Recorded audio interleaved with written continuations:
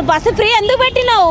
ఎవడు ఇన్నేళ్ళ సంది నువ్వు రానప్పుడు, ఇన్నేళ్ళ సంది కేసీఆర్ రానప్పుడు, మీరు రానప్పుడు బస్సులలో తిరగలేదా? బస్సులు లేకుండా బతకలేరా? నడుచుకుంటూ పోయిన రోజులు లేవా? ఇప్పుడు నడవకుండానే బతుకుతున్నారా? నువ్వు ఎందుకు పెట్టినావు? ఎడ్యుకేషన్ పరంగా పెట్టనుంటివి.